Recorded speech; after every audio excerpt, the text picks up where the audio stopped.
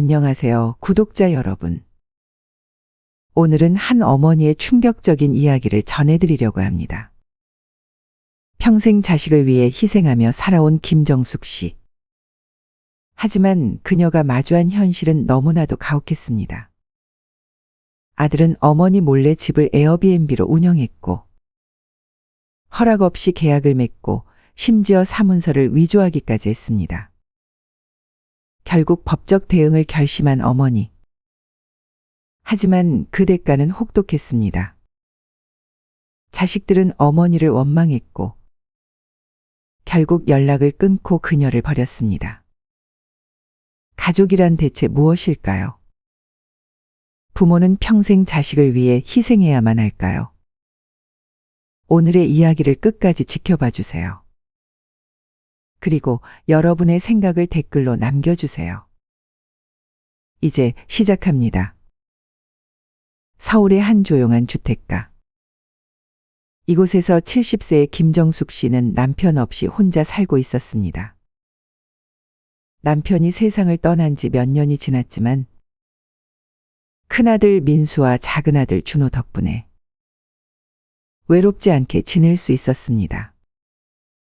특히 큰아들 민수는 사업을 한다며 자주 돈을 빌려갔지만 정숙 씨는 그래도 자식이니 믿어왔습니다. 내가 가진 게 많진 않지만 그래도 자식이 어려울 때 도와줘야지. 그렇게 혼자 살며 조용한 노후를 보내고 있던 어느 날, 정숙 씨는 뜻밖의 광경을 목격하게 됩니다. 햇살이 따뜻한 어느 오후, 정숙 씨는 마당에 나와 꽃을 손질하고 있었습니다. 그런데 어디선가 낯선 젊은 커플이 서성이고 있었습니다. 여기가 맞는 것 같은데. 그러게, 예약한 주소가 여긴데. 정숙 씨는 이상한 기분이 들었습니다. 누구지? 동네 사람들은 아닌데. 그리고 그 젊은 커플이 곧장 자신의 집으로 다가오는 것을 보고 놀라서 말을 걸었습니다. 저기 누구 찾으세요? 그러자 여자 쪽이 당황한 듯 핸드폰을 들여다보더니 방긋 웃으며 대답했습니다. 아, 안녕하세요. 저희 오늘부터 이 집에서 3박 4일 숙박하기로 한 사람이에요.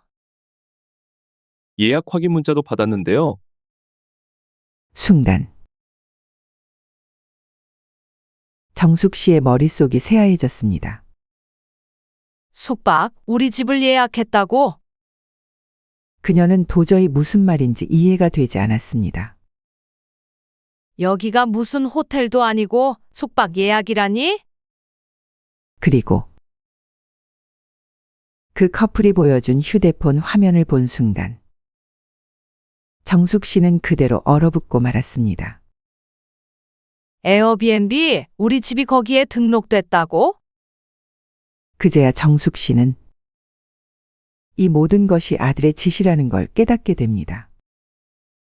정숙 씨는 당장 큰아들 민수에게 전화를 걸었습니다. 민수야, 너 당장 우리 집에 와봐. 어머니, 무슨 일이세요? 내가 우리 집을 남한테 빌려줬어? 아, 어머니 그거요? 설마 지금 체크인한 손님들 때문에 그러세요? 그럼 안 그러겠니? 이게 지금 무슨 짓이야? 민수는 대수롭지 않다는 듯 웃으며 말했습니다. 어머니, 요즘 에어비앤비 대세예요. 그냥 빈방 내주고 돈 버는 거죠. 어머니도 이거 하면 용돈 생기고 좋잖아요? 그 말에 정숙 씨는 더욱 어이가 없었습니다. 뭐, 내가 언제 이걸 하겠다고 했어? 아니, 어머니 방은 아니잖아요. 그냥 집에 빈방이 있으니까 활용하는 거죠. 그럼 저도 돈 벌고 어머니도 손해볼 거 없고. 정숙 씨는 순간 자신의 귀를 의심했습니다. 아니, 내가 내 허락도 없이 우리 집을 남한테 빌려준 거야? 아니, 엄밀히 말하면 빌려준 게 아니라 대여한 거죠. 돈 받고요. 너 지금 그게 할 소리야? 아니, 어머니 요즘 다 이렇게 해요. 민수는 태연하게 말했지만 정숙 씨는 도저히 이해할 수 없었습니다. 그럼 대체 몇 명이나 왔다 갔어? 많은데요? 뭐? 한 달에 대여섯 팀은 왔다 갔다 했죠. 정숙 씨는 그 말을 듣는 순간 그 자리에 주저앉을 뻔했습니다. 한 달에 6팀? 그럼 내 집에서 모르는 사람들이 한 달 내내 오가고 있었다는 거야? 그녀는 너무도 충격적이었습니다. 이제라도 멈춰야 해. 당장 이걸 중단해야 해. 그녀는 단호하게 말했습니다. 민수야, 당장 이거 그만둬. 오늘부로 예약 전부 취소해. 그러나 민수는 뜻밖의 대답을 했습니다. 어머니, 이거 끊으면 저 생활 진짜 힘들어져요. 어머니, 저도 살아야죠. 그 순간 정숙 씨는 이 싸움이 쉽게 끝나지 않을 거라는 걸 깨달았습니다. 정숙 씨는 아들이 자신의 집을 몰래 숙박업소처럼 운영했다는 사실에 크나큰 충격을 받았습니다. 그러나 아들은 쉽게 멈출 생각이 없었습니다. 어머니, 저도 이제 제 인생 살아야죠. 어차피 어머니 방안이니까 괜찮잖아요? 김정숙 씨는 아들이 자신의 집을 몰래 에어비앤비로 운영하고 있었다는 사실에 크나큰 충격을 받았습니다. 내가 지금까지 내 집에서 편히 쉬지도 못한 건가? 남들이 내 집에서 왔다 갔다 하는데 난 아무것도 모르고 있었어? 그녀는 머릿속이 복잡해졌습니다. 아들은 태연하게 요즘 다 이렇게 한다라며 대수롭지 않다는 반응을 보였고 당장 멈추라는 어머니의 말에도 전혀 개의치 않는 모습이었습니다. 어머니, 진짜 이렇게까지 화내실 일 아니에요. 그냥 남는 방 좀 활용한 건데 그게 그렇게 큰일인가요? 그러나 정숙 씨는 절대 그렇게 생각하지 않았습니다. 이건 내 집이야. 내 허락도 없이 이런 일을 벌였다고? 그리고 그녀는 차근차근 아들의 행동을 파헤치기로 결심합니다. 전화를 끊은 뒤 정숙 씨는 천천히 집안을 둘러보기 시작했습니다. 그동안 자신이 눈치채지 못했던 이상한 흔적들이 하나둘 보이기 시작했습니다. 거실 소파 쿠션이 흐트러져 있었고 화장실 거울에는 물때가 가득했습니다. 그리고 부엌에 모르는 사람들의 식기류가 남아 있었습니다. 이게 다 뭐야? 그리고 그녀는 결국 더 충격적인 사실을 발견하게 됩니다. 작은 방 문을 열자마자 낯선 사람들의 짐이 놓여 있었습니다. 캐리어, 세면도구, 외국 브랜드 화장품이 있었습니다. 대체 이 사람들은 몇 명이나 다녀간 거야? 정숙 씨는 순간 눈앞이 아찔해졌습니다. 이제야 알겠어. 내가 왜 그동안 집에서 뭔가 불편함을 느꼈는지. 그녀는 단순히 빈 방을 빌려준 게 아니라 자신의 집을 아예 남에게 개방한 것이나 다름없다는 사실을 깨달았습니다. 정숙 씨는 도저히 참을 수 없었습니다. 그녀는 아들이 언급했던 에어비앤비라는 사이트를 찾아보았습니다. 그리고 정말로 자신의 집이 등록되어 있다는 사실을 확인하게 됩니다. 그리고 리뷰를 보니 이미 수십 명의 손님이 다녀갔다는 사실이 드러났습니다. 호스트가 친절하고 숙소도 깨끗했어요. 서울 여행에 딱 좋은 곳이네요. 침대도 푹신하고 주택이라 조용했어요. 이게 다 무슨 소리야? 그녀는 이 모든 일이 아들이 몰래 벌인 일이라는 사실을 그제야 온전히 깨닫게 되었습니다. 정숙 씨는 다시 아들에게 전화를 걸었습니다. 김민수, 너 지금 당장 우리 집으로 와. 어머니 또 왜 그러세요? 너 에어비앤비 사이트에 우리 집 올린 거 봤어. 아, 그거요. 어머니도 보셨어요? 당장 이거 삭제해. 어머니, 이거 삭제하면 저 진짜 생활 힘들어요. 뭐? 어머니도 아시잖아요. 저 요즘 사업한다고 바쁜데 이거라도 안 하면 생활비가 없어요. 그러니까 그냥 좀 두세요. 정숙 씨는 더 이상 말을 잇지 못했습니다. 내 집을 내 마음대로 쓰고 있는데. 내가 왜 가만히 있어야 하는데? 그러나 아들의 태도는 여전히 변함이 없었습니다. 어머니, 한 달에 몇십만 원씩 그냥 버시는 거예요. 이거 좋은 기회예요. 그냥 같이 하면 안 돼요. 같이 하자고? 그래요. 어머니도 가만히 계시면 돈 버는 거잖아요. 그 순간 정숙 씨는 확실하게 결심했습니다. 이제라도 확실하게 막아야 해. 그녀는 즉시 법적인 대응을 준비하기로 했습니다. 정숙 씨는 지인의 소개로 변호사를 만나 상담을 받기로 했습니다. 변호사는 상황을 듣자마자 심각한 표정을 지으며 고개를 끄덕였습니다. 어머님, 이건 명백한 불법 운영입니다. 첫째로 본인의 동의 없이 집을 임대하는 것은 부동산법 위반입니다. 둘째, 에어비앤비 사업을 하려면 관할 구청 허가가 필요합니다. 셋째는 만약 이 과정에서 문제가 생기면 법적 책임은 집주인에게 돌아갑니다. 정숙 씨는 깜짝 놀랐습니다. 그럼 내가 처벌받을 수도 있다는 거예요. 네, 만약 손님이 다치는 사고라도 발생하면 어머님께서 법적 책임을 지셔야 할 수도 있습니다. 그녀는 더 이상 망설일 필요가 없었습니다. 그럼 지금 당장 이걸 막을 수 있는 방법이 있나요? 변호사는 차분히 설명했습니다. 우선 아들에게 즉시 퇴거 및 운영 중단을 통보하시고 에어비앤비 측에 집 등록 철회를 요청하세요. 그리고 임대 계약서 없이 불법 운영된 사실을 경찰에 신고하시면 됩니다. 정숙 씨는 이제 더 이상 물러설 곳이 없었습니다. 이제라도 내 집을 지켜야 해. 그녀는 변호사의 조언대로 즉시 대응을 준비하기 시작했습니다.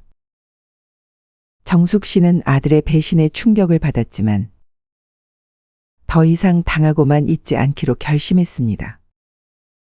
그러나 아들은 쉽게 물러서지 않았습니다. 어머니, 이거 끊으면 저 생활 진짜 힘들어요. 어머니도 집에서 그냥 쉬시면서 돈 벌 수 있는 건데 왜 그러세요? 결국 정숙 씨는 법적 조치를 준비하며 아들과의 최종 전쟁을 선포하게 됩니다. 김정숙 씨는 변호사와 상담한 후 이제 아들의 불법적인 에어비앤비 운영을 멈추기로 결심했습니다. 내가 이 집을 얼마나 힘들게 지켜왔는데. 내 허락도 없이 남한테 빌려주다니. 아들에게는 분명하게 운영을 중단하라고 통보했지만 아들은 여전히 대수롭지 않다는 태도를 보였습니다. 어머니, 그냥 좀 두세요. 이거 끊으면 저 진짜 생활 못해요. 정숙 씨는 더 이상 참을 수 없었습니다. 그동안 우리 집에서 대체 몇 명이 왔다 갔다 한 거야? 아들이 대체 얼마나 많은 사람들을 몰래 집에 들였는지 확인할 차례였습니다. 정숙 씨는 아들이 운영 중이던 에어비앤비 계정의 예약 내역을 살펴보기로 했습니다. 아들은 처음엔 거부했지만 어머니가 강하게 나오자 마지못해 계정을 열어보였습니다. 그리고 그녀는 예약 내역을 보고 경악하고 말았습니다. 한 달 평균 7팀 이상 숙박을 했고 하루 최대 3박 4일 이용했으며 예약자 수는 총 10명 이상이었습니다. 뭐 10명? 내가 모르는 10명이 이 집에 다녀갔다고? 아들은 민망한 듯 웃으며 대답했습니다. 뭐, 그렇게 되네요.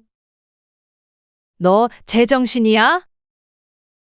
어머니, 화내지 마세요. 어차피 어머니 방은 안 썼잖아요. 그럼 뭐가 문제예요? 정숙 씨는 화가 머리끝까지 치밀어 올랐습니다. 이 집이 호텔이야. 내가 모르는 사람 50명이 왔다 갔다 했는데 그게 아무렇지도 않다는 거니? 그녀는 더 이상 이 문제를 가볍게 넘길 수 없었습니다. 정숙 씨는 집안 곳곳을 자세히 살펴보기 시작했습니다. 그리고 그동안 보지 못했던 충격적인 흔적들이 하나둘 보이기 시작했습니다. 거실의 소파에 얼룩이 가득했으며 부엌에는 사용된 그릇과 남겨진 음식물 쓰레기가 쌓여 있었습니다.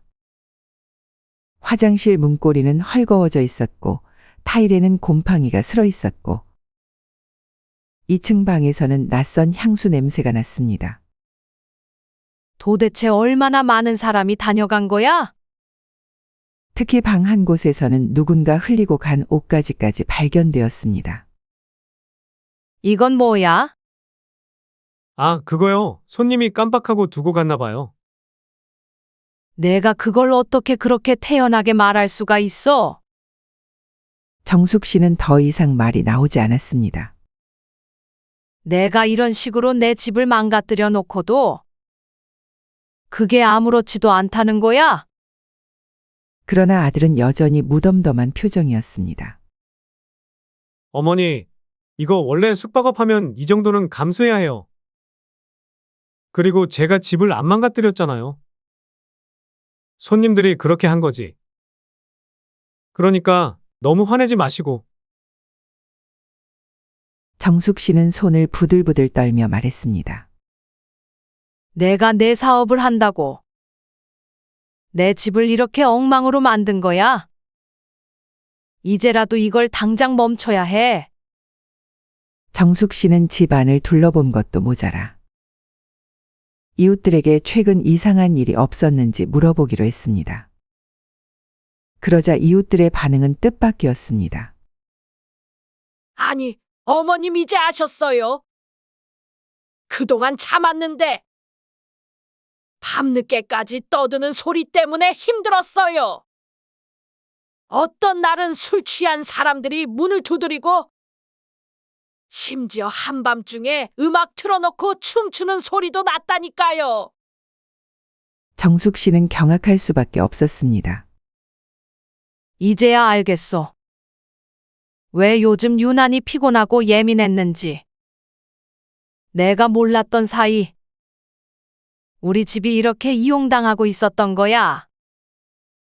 그리고 한 이웃은 결정적인 말을 남겼습니다. 어머님, 사실 신고할까 고민했어요. 하지만 혹시나 해서 참았던 건데. 이제는 안 되겠어요. 다음에 또 그런 일이 있으면 바로 신고할 겁니다. 정숙 씨는 더 이상 지체할 시간이 없다는 걸 깨달았습니다. 이제는 반드시 이걸 멈춰야 해. 집으로 돌아온 정숙 씨는 즉시 아들에게 최후 통첩을 날렸습니다. 김민수, 오늘부로 이거 끝이야. 어머니, 너무 감정적으로 나오시는 거 아니에요? 너는 내가 한 짓이 얼마나 심각한지 모르는구나. 내가 몰랐던 사이 우리 집을 망가뜨리고 이웃들에게 피해를 줬어. 이제 내가 직접 해결할 거야. 그러자 아들은 당황하기 시작했습니다. 어머니, 설마 신고하시려는 건 아니죠? 그럼 내가 당장 이걸 멈출 거야? 그러니까 조금만 더 하면 안 될까요? 너 정말 마지막 기회야. 오늘 당장 예약 취소하고 앞으로 다시는 내 집을 건드리지 마. 그러나 아들은 여전히 이 사업을 포기할 생각이 없었습니다. 어머니, 저도 살아야죠. 이거 없으면 저 진짜 생활 못해요. 그럼 내가 직접 방을 구해서 하든가. 어머니, 그러면 돈이 들잖아요.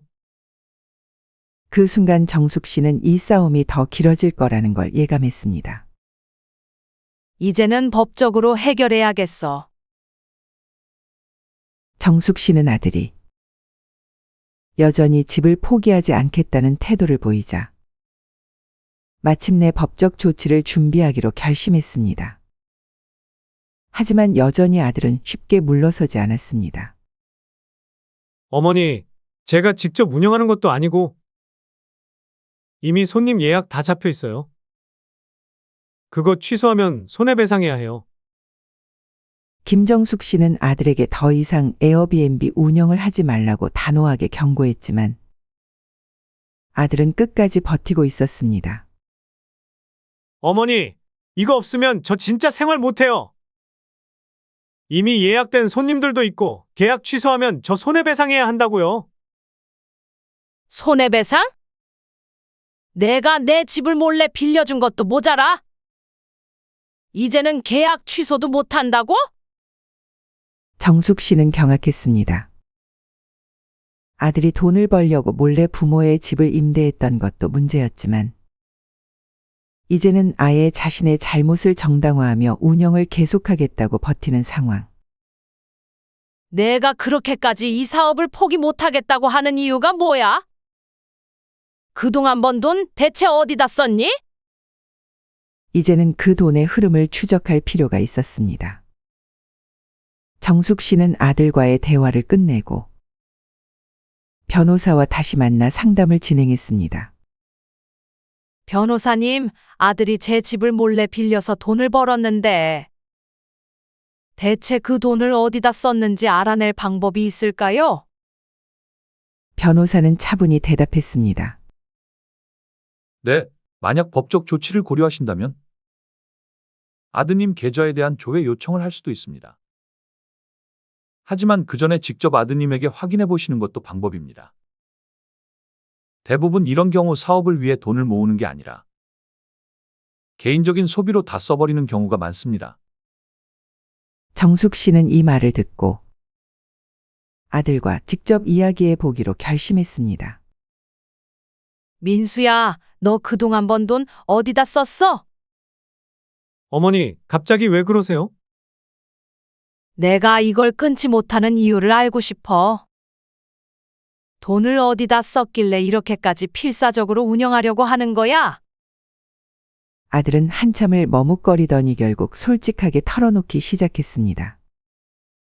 민수는 처음엔 적극적으로 돈을 모으려 했다고 변명했지만 정숙 씨가 계속해서 추궁하자 결국 실토했습니다. 생활비로 일부 사용했고 친구들과 해외여행을 다녔으며 비싼 골프 회원권 등록했고 명품 가방과 시계 구매했습니다. 뭐? 네가 내 집에서 번 돈으로 해외여행을 갔다고. 어머니, 저도 좀 쉬고 싶었어요. 그리고 명품은 투자예요. 나중에 다시 팔면 돈 되잖아요. 투자? 이게 내가 사업한다고 시작한 일의 결과야? 정숙 씨는 분노를 참을 수 없었습니다. 나는 내가 힘들어서 생활비라도 보탤 줄 알았어.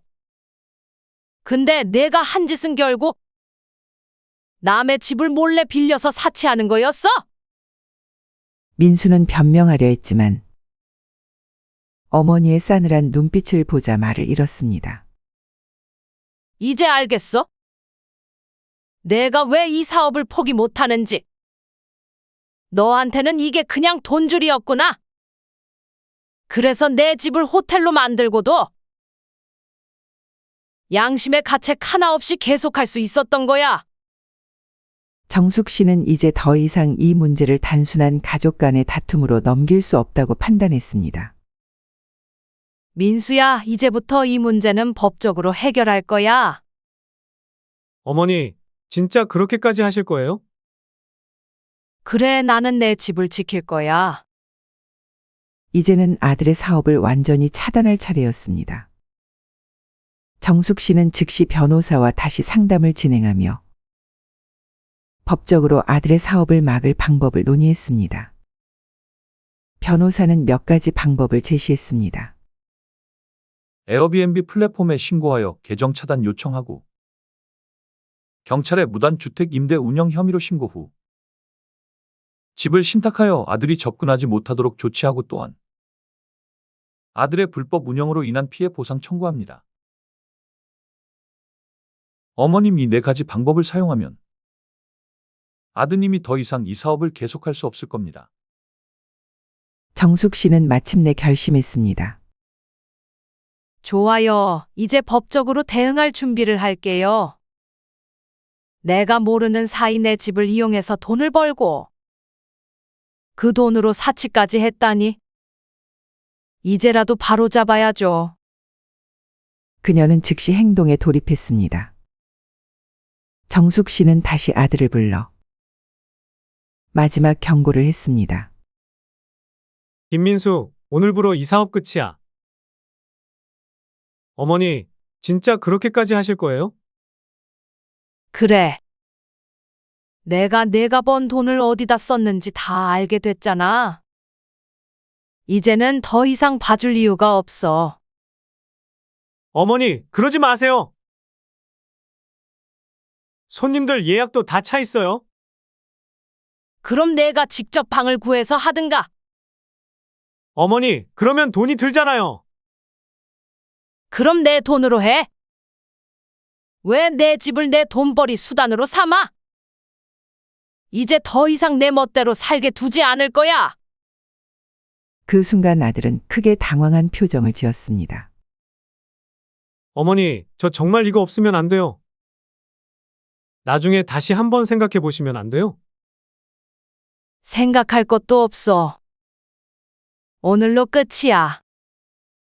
그리고 내일 변호사랑 경찰서에 갈 거야. 너도 이제 내가 한 일에 책임을 져야지.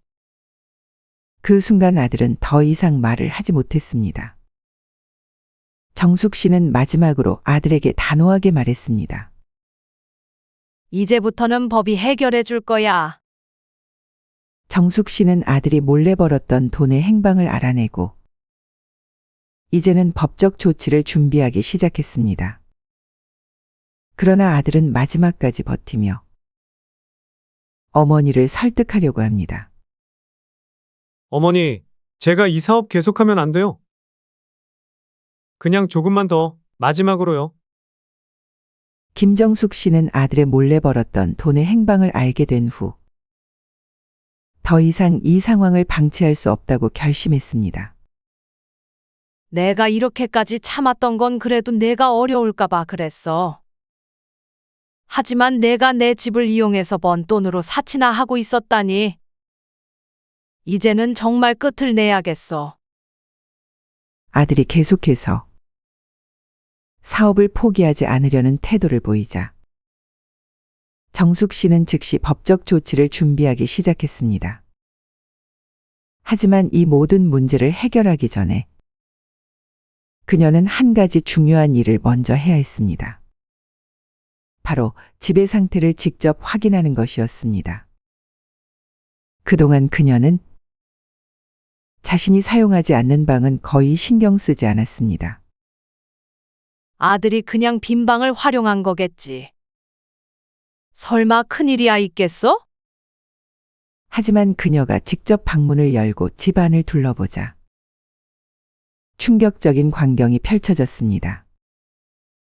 정숙 씨는 가장 먼저 작은 방의 문을 열었습니다. 이 방은 원래 손님이 오면 사용하라고 마련해 둔 곳이었지만 그동안 쓸 일이 거의 없었습니다. 그러나 문을 여는 순간 숨이 턱 막힐 정도의 냄새가 밀려왔습니다. 이불과 베개가 바닥에 어지럽게 널브러져 있었습니다. 벽에는 정체를 알 수 없는 얼룩이 묻어 있었고 커튼에는 담배 냄새가 배어 있었고 창틀에는 먼지가 쌓여 있었습니다. 책상 위에는 빈 맥주캔과 사용한 휴지가 그대로 남아 있었습니다. 이게 뭐야? 정숙 씨는 차마 손을 뻗을 수도 없었습니다. 대체 이 방에서 무슨 일이 있었던 거야? 그녀는 떨리는 손으로 다른 방문도 열어보기 시작했습니다. 상황은 점점 더 심각해졌습니다. 정숙 씨는 화장실을 확인했습니다. 이곳은 원래 깨끗하게 관리하던 공간이었습니다. 그러나 지금은 전혀 다른 모습이 되어 있었습니다. 세면대는 물때가 가득했고 배수구는 막혀 있었습니다. 변기 뚜껑에는 정체 모를 얼룩이 남아 있었습니다. 타일 틈새마다 곰팡이가 잔뜩 피어 있었습니다. 욕조에는 머리카락 뭉치가 쌓여 있었습니다. 이걸 그냥 방치하고 있었다고? 정숙 씨는 더 이상 충격을 감당할 수 없었습니다. 내 집을 내가 이렇게 엉망으로 만들었단 말이야? 그녀는 당장 아들에게 전화를 걸었습니다. 김민수, 너 당장 집으로 와. 그러나 아들의 반응은 여전히 뻔뻔했습니다. 어머니, 왜 또 그러세요? 설마 청소 때문에 그러세요? 청소? 너는 이게 청소로 해결될 문제라고 생각하니? 내 집을 이렇게 만들어 놓고 이제 와서 청소 정도로 끝내려고 해? 정숙 씨는 더 이상 아들의 말에 귀 기울이고 싶지 않았습니다. 정숙 씨는 다음으로 거실과 부엌을 살펴보기 시작했습니다. 그곳에서 더욱 충격적인 흔적들을 발견했습니다. 거실 소파에는 정체불명의 얼룩이 묻어 있었습니다. 테이블 위에는 사용된 컵과 접시가 그대로 방치되어 있었습니다. 부엌 개수대에는 설거지되지 않은 그릇이 쌓여 있었습니다. 냉장고 안에는 반쯤 먹다 남긴 음식이 상한 채로 남아 있었습니다. 대체 내 집에서 어떻게 생활한 거야? 정숙 씨는 도저히 믿을 수 없었습니다.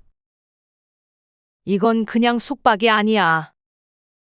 내 집을 내가 남한테 완전히 넘긴 거나 다름없잖아. 그녀는 이 문제를 더 이상 미룰 수 없다고 확신했습니다. 이제는 아들 녀석이 책임을 져야 해. 아들은 집으로 돌아오자마자 어머니의 싸늘한 눈빛을 마주했습니다. 김민수, 이게 내가 말한 문제될 거 없다는 상태야. 어머니, 너무 과민 반응하시는 거 아니에요? 뭐라고? 원래 숙박업 하면 이 정도는 감수해야죠. 제가 일부러 더럽힌 것도 아니고 손님들이 이용한 건데 어쩌라고요? 그걸 지금 말이라고 하니? 너는 내 집을 이렇게 엉망으로 만들어 놓고도 조금의 죄책감도 없어? 아니, 어머니 그래도 돈 벌었잖아요? 이제는 돈을 벌었으니까 괜찮다는 거야. 그래도 이 집으로 한 달에 몇백만 원씩은 벌었어요.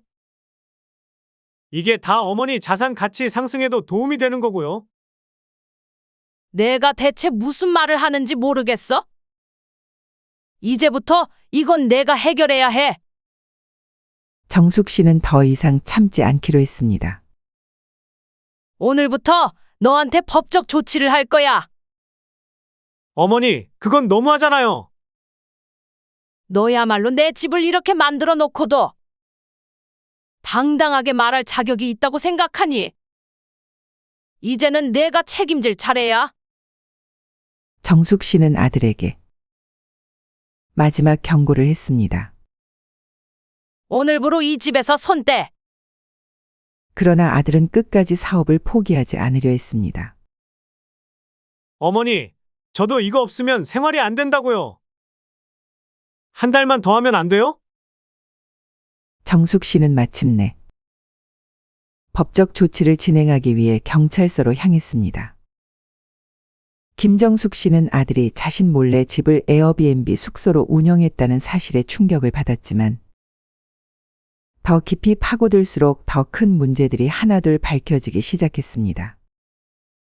설마 예약만 받은 게 아니라 집을 아예 임대 계약까지 해버린 건 아니겠지? 그러나 그녀의 예상은 빗나갔습니다. 정숙 씨는 아들의 노트북과 계약 서류를 확인하다가 믿을 수 없는 내용을 발견하게 됩니다. 임대 계약서 단기 숙박 계약가 발견됐습니다. 왜 내 서명이? 순간 정숙 씨의 손이 떨리기 시작했습니다. 내가 사인한 적도 없는 계약서에 내 이름이 적혀 있다고. 이제는 단순한 가족 간의 문제가 아니라 명백한 사문서 위조 사건이었습니다. 정숙 씨는 당장 아들을 불러 책상을 내리치며 소리쳤습니다. 김민수, 당장 설명해봐. 어머니, 왜 그러세요? 이거 대체 뭐야? 정숙 씨는 계약서를 흔들며 아들의 얼굴을 똑바로 쳐다보았습니다. 내가 내 이름으로 계약을 했다고? 아, 그거요? 그거 그냥 형식적인 거예요. 어머니 몰래 계약한 게 아니고 어머니도 어차피 괜찮다고 하셨잖아요? 내가 언제? 아니, 빈방 활용한다고 했을 때 어머니도 반대는 안 하셨잖아요. 내가 내 명의로 계약서 쓰라고 허락했어? 그건 아니지만 이게 말이 된다고 생각하니? 내가 내 허락도 없이 내 집을 임대하는 것도 모자라 내 서명까지 위조했다고? 그 순간 정숙 씨는 온몸에 소름이 돋았습니다. 이제는 내가 신고를 해야겠구나. 정숙 씨는 즉시 변호사를 찾아가 계약서를 보여주었습니다. 변호사는 한 장 한 장 계약서를 확인한 뒤 심각한 표정으로 말했습니다. 어머님, 이건 명백한 사문서 위조입니다. 본인이 직접 서명하지 않았는데 누군가가 본인 서명을 도용해서 사용한 거죠. 이건 단순한 가족 문제를 넘어서 법적으로도 처벌이 가능한 사건입니다. 정숙 씨는 숨을 깊이 들이마셨습니다. 그럼 제가 이걸 신고하면 제 아들이 처벌받게 되나요? 네, 경우에 따라 벌금형이나 징역형까지 가능할 수도 있습니다. 하지만 이걸 그냥 덮고 넘어가시면 앞으로 비슷한 일이 또 벌어질 수도 있습니다. 결국 어머님께서 결단을 내리셔야 합니다. 정숙 씨는 고민에 빠졌습니다. 그래도 내 자식인데. 그러나 이건 단순한 실수가 아니었습니다. 내가 이걸 눈 감아주면 이 아이는 앞으로도 법을 우습게 알 거야. 더 이상 참아선 안 돼. 정숙 씨는 결국 신고를 결심했습니다. 정숙 씨는 아들을 다시 불러 마지막으로 기회를 주기로 했습니다. 민수야, 이제 너한테 마지막 기회를 줄게. 당장 이 계약을 취소하고 앞으로 다시는 내 집에 손대지 않겠다고 약속해. 그러나 아들의 반응은 예상 밖이었습니다. 어머니, 진짜 그러실 거예요? 저 지금 빚도 많은데 이것까지 취소하면 저 완전히 망한다고요. 그럼 내가 벌인 일을 내가 덮어줘야 하니? 어머니, 제발 한 번만 봐주세요. 이제 와서 내가 이걸 봐주면 넌 또 같은 짓을 할 거야. 어머니, 저 경찰에 가게 되는 거예요? 그건 내가 결정할 일이야. 하지만 나는 이제 더 이상 가만히 있지 않을 거야. 너도 이제 내가 한 일에 대한 책임을 져야 해. 아들은 그제야 사태의 심각성을 깨달았습니다. 어머니, 진짜 신고하실 거예요? 그래. 내 집을 지키기 위해서라도 나는 신고할 거야. 정숙 씨는 그 길로 경찰서로 향했습니다. 경찰서에 도착한 정숙 씨는 모든 사실을 낱낱이 진술했습니다. 아들이 자신의 동의 없이 집을 임대한 사실, 본인의 서명을 위조하여 계약한 정황, 집을 불법 숙박업소처럼 운영한 증거. 경찰은 증거 자료를 검토한 뒤 바로 조사를 진행하겠다고 밝혔습니다.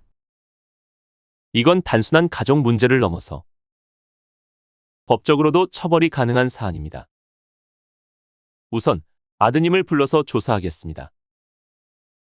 그 말을 들은 정숙 씨는 마음이 복잡해졌습니다. 내가 정말 내 자식을 신고하는 게 맞는 걸까? 하지만 곧 그녀는 결심을 굳혔습니다. 그래도 이건 해야 해. 이제라도 바로잡지 않으면 내 집은 영영 내 것이 아니게 될 수도 있어. 정숙 씨는 침내 법적 조치를 결심하고 경찰에 신고했습니다. 그러나 아들은 마지막까지 버티며 모든 걸 되돌릴 방법을 찾으려 했습니다.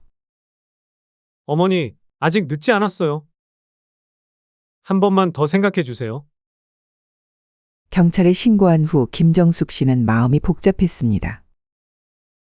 정말 잘한 선택일까? 그래도 내 아인데 이렇게까지 해야 하나? 하지만 그녀는 뒤를 돌아보지 않기로 했습니다. 내가 이걸 그냥 넘기면 이 아이는 평생 법을 우습게 알 거야. 그리고 내 집을 지키려면 이제라도 강하게 나가야 해. 그렇게 다짐하고 있던 순간 경찰서에서 전화가 걸려왔습니다. 김정숙 씨, 아드님이 조사받으러 오셨습니다. 벌써? 정숙 씨는 잠시 깊은 한숨을 내쉬었습니다. 이제 끝을 봐야겠어. 그녀는 경찰서로 향했습니다. 경찰서에 도착한 정숙 씨. 그곳에는 이미 아들 민수가 앉아 있었습니다. 그는 심각한 표정을 짓고 있었지만 어머니를 보자마자 다급하게 말을 걸었습니다. 어머니, 제발 한 번만 더 생각해 주세요. 무슨 생각을 하라는 거야? 이거 그냥 가족끼리 해결하면 안 돼요? 가족끼리 해결? 내가 내 집을 몰래 팔아먹으려고 했으면서? 팔아먹다니요? 그냥 좀 활용한 거잖아요. 내 허락도 없이 내 집을 남한테 빌려준 게 그냥 활용한 거라고. 어머니, 저 생활이 어려웠어요. 어머니도 알잖아요. 요즘 힘들다고 몇 번이나 말씀드렸잖아요. 그래서 내가 내 명의까지 위조해? 어머니, 그거 그냥 절차상 필요해서 그런 거였어요. 절차? 내 허락 없이 내 서명까지 위조해서? 그게 어머니한테 큰 피해가 간 것도 아니잖아요. 그 순간 정숙 씨는 분노를 억누를 수 없었습니다. 너한테는 내 집이 그냥 돈벌이 수단이었겠지만 나한테는 평생을 바쳐 지켜온 곳이야. 너는 내 희생을 당연하게 여기면서 내 재산을 마음대로 했어. 그걸 지금 와서 가족끼리 해결하자고? 아니, 이제는 법적으로 해결할 거야. 그녀의 단호한 말에 아들은 처음으로 절망적인 표정을 지었습니다. 어머니, 제발. 그러나 정숙 씨는 더 이상 마음을 흔들리지 않았습니다. 너는 내가 한 일에 대한 책임을 져야 해. 경찰은 아들의 진술을 들은 후 정숙 씨에게 상황을 정리해 주었습니다. 현재 김민수 씨는 불법 숙박업 운영, 사문서 위조, 무단 임대 계약 등의 혐의로 조사를 받고 있습니다. 사문서 위조 혐의는 본인이 직접 서명하지 않은 계약서를 제출했기 때문에 처벌 가능성이 높습니다. 또한 불법 숙박업 운영으로 인해 주변 이웃들에게 피해를 줬다면 그 부분도 추가 조사해야 합니다. 어머님께서 원하신다면 합의를 볼 수도 있지만 이 경우 재발 방지를 위해 강경하게 대응하시는 것도 고려해 보셔야 합니다.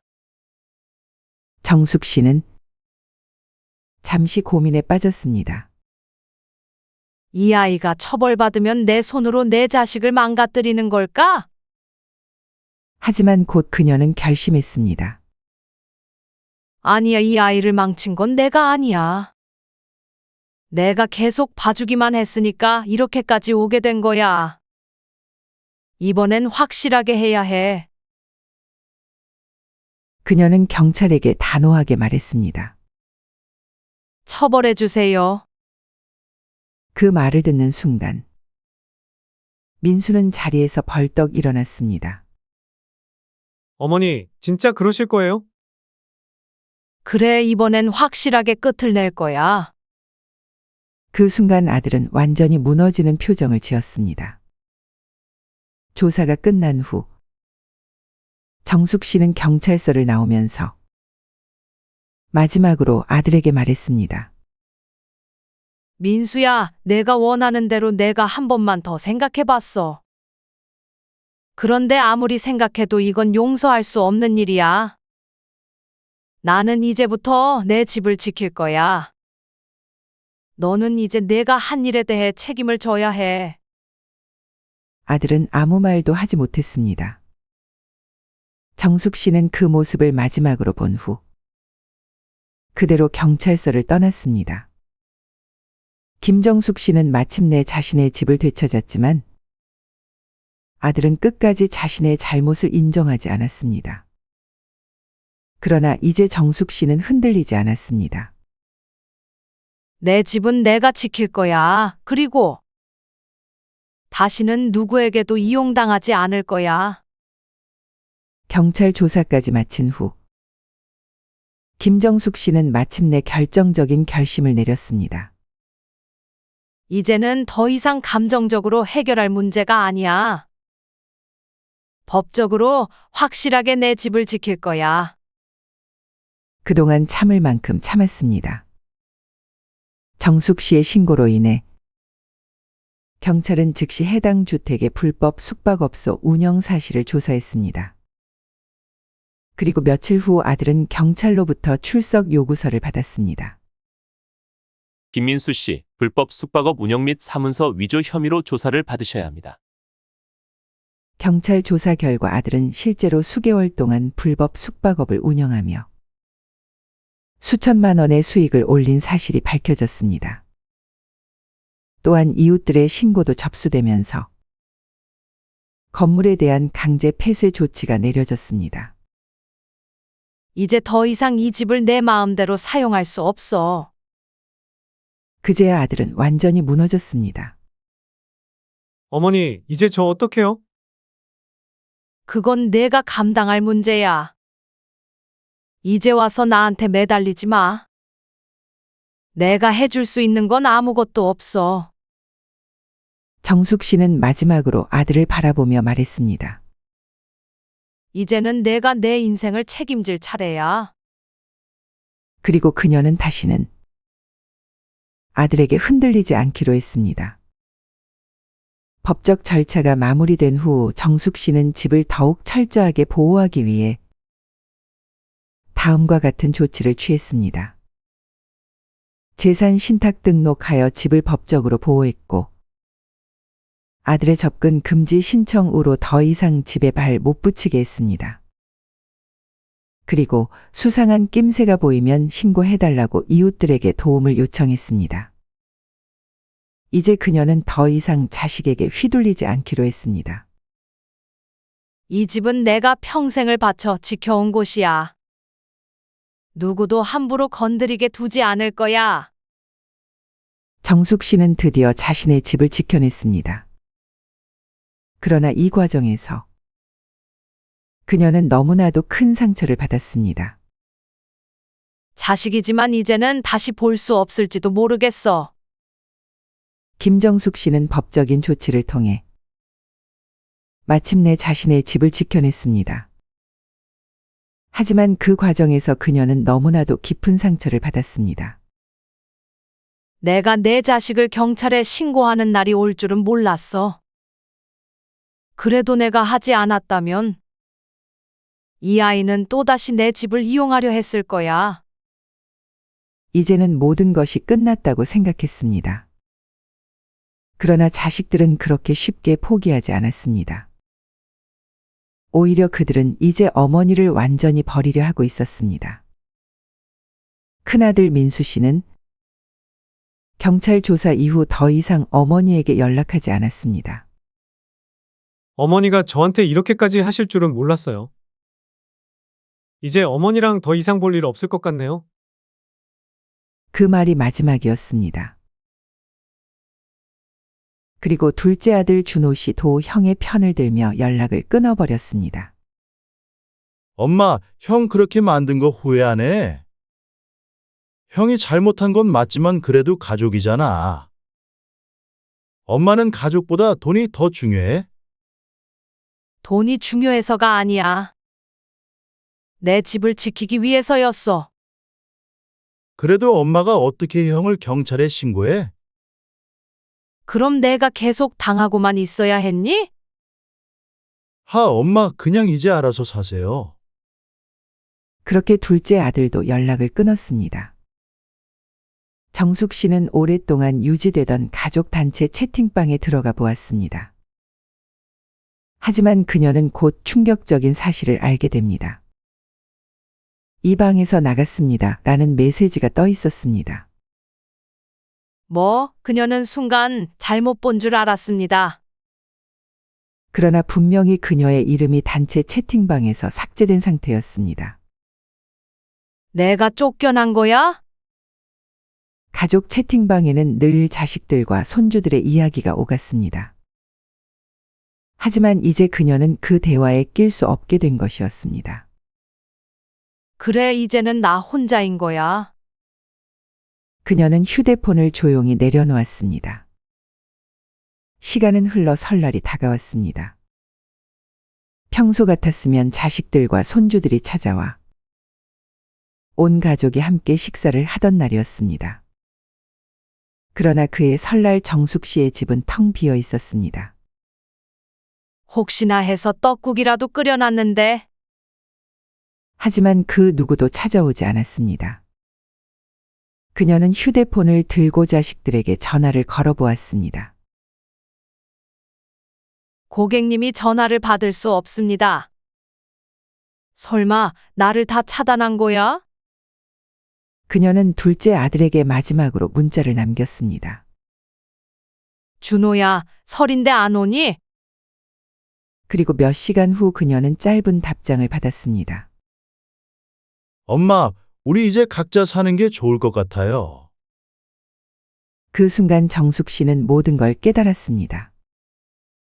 그래, 결국 이 아이들은 나를 버린 거야. 돈이 없으니까 더 이상 내가 필요 없어진 거지. 그날 밤 정숙 씨는 마지막으로 자식들에게 편지를 쓰기로 결심했습니다.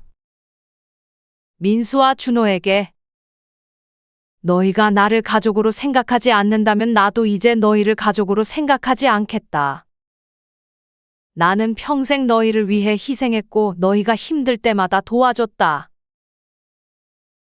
하지만 내가 힘들 때 너희는 날 위해 뭘 했니?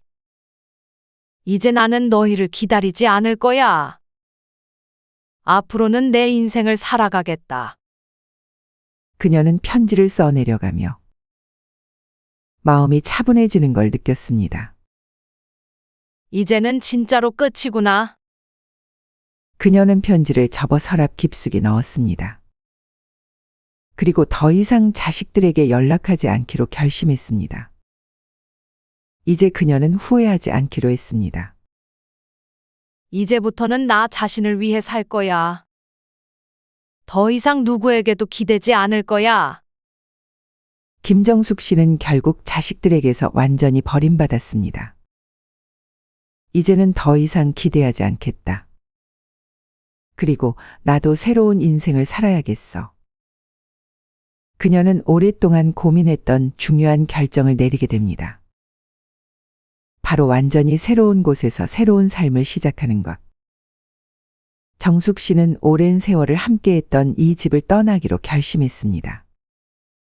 이곳에는 너무 많은 상처가 남아 있어. 이제는 이 집에서 벗어나야 해. 그녀는 집을 팔고 새로운 곳으로 이사하기 위해 실버타운을 알아보기 시작했습니다. 그녀는 여러 곳을 알아본 끝에 마음에 드는 곳을 찾았습니다. 이제 여기서 나만의 새로운 삶을 시작해야겠다. 이사하는 날 정숙 씨는 조용히 마지막으로 집을 돌아보았습니다. 이 집에서 기쁨도 많았고 슬픔도 많았지. 하지만 이제는 새로운 시작이 필요해. 그녀는 담담한 표정으로 현관문을 닫았습니다. 그리고 새로운 보금자리인 실버타운으로 향했습니다. 정숙 씨는 처음에는 실버타운 생활이 낯설었습니다. 하지만 곧 뜻밖의 인연을 만나게 됩니다. 어머, 새로 오신 분이시죠? 정숙 씨는 자신보다 먼저 입주해 있던 이영자 씨를 만났습니다. 네, 어제 왔어요. 처음이라 낯설죠? 저도 처음엔 그랬는데 여기 생활 정말 좋아요. 그래요? 네, 우리 같이 밥도 먹고 가끔 여행도 가고 그래요. 정숙 씨는 그 말을 듣고 마음이 따뜻해지는 걸 느꼈습니다. 이곳에서 새로운 친구를 사귈 수 있겠구나. 그녀는 이제 조금씩 다시 살아갈 용기를 얻기 시작했습니다. 실버타운에서는 다양한 프로그램이 운영되고 있었습니다.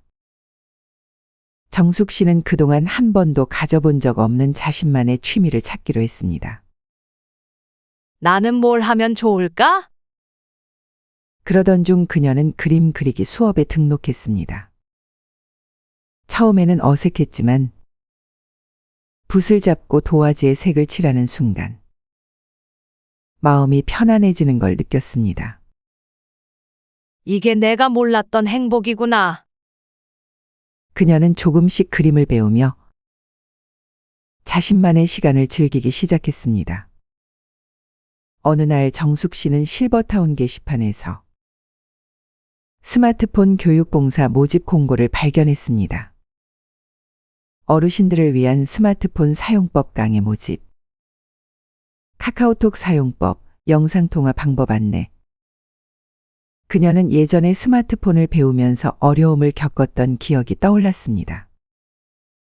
나도 한때 스마트폰 때문에 고생했었지. 나처럼 어려움을 겪는 분들에게 도움이 될 수 있지 않을까? 그녀는 망설임 없이 자원봉사에 지원했습니다. 카카오톡 사용법 알려주기, 영상통화하는 방법 설명하기, 사진 찍고 저장하는 법 가르쳐주기. 처음엔 어려웠지만 어르신들이 감사 인사를 전할 때마다 정숙 씨는 큰 보람을 느꼈습니다. 그녀는 처음으로 자식이 아닌 누군가를 돕는 기쁨을 깨닫게 되었습니다. 어느 날 정숙 씨는 오랜만에 거울을 보았습니다. 거울 속에 그녀는 과거보다 훨씬 밝아진 얼굴을 하고 있었습니다. 예전엔 늘 주름만 보였는데 이제는 내 얼굴에 웃음이 보이네. 그녀는 진짜 행복을 찾은 기분이었습니다. 새로운 친구들과의 따뜻한 대화, 그림을 그리며 느끼는 평온함, 다른 사람을 도우며 얻는 보람. 이제 그녀는 더 이상 과거를 후회하지 않았습니다. 나는 지금 충분히 행복하니까. 부모는 자식을 위해 평생 희생해야 할까요? 아니면 부모도 자신만의 삶을 찾아야 할까요? 김정숙 씨는 결국 자신만의 행복을 찾았습니다. 여러분은 어떻게 생각하시나요? 댓글로 여러분의 의견을 남겨주세요.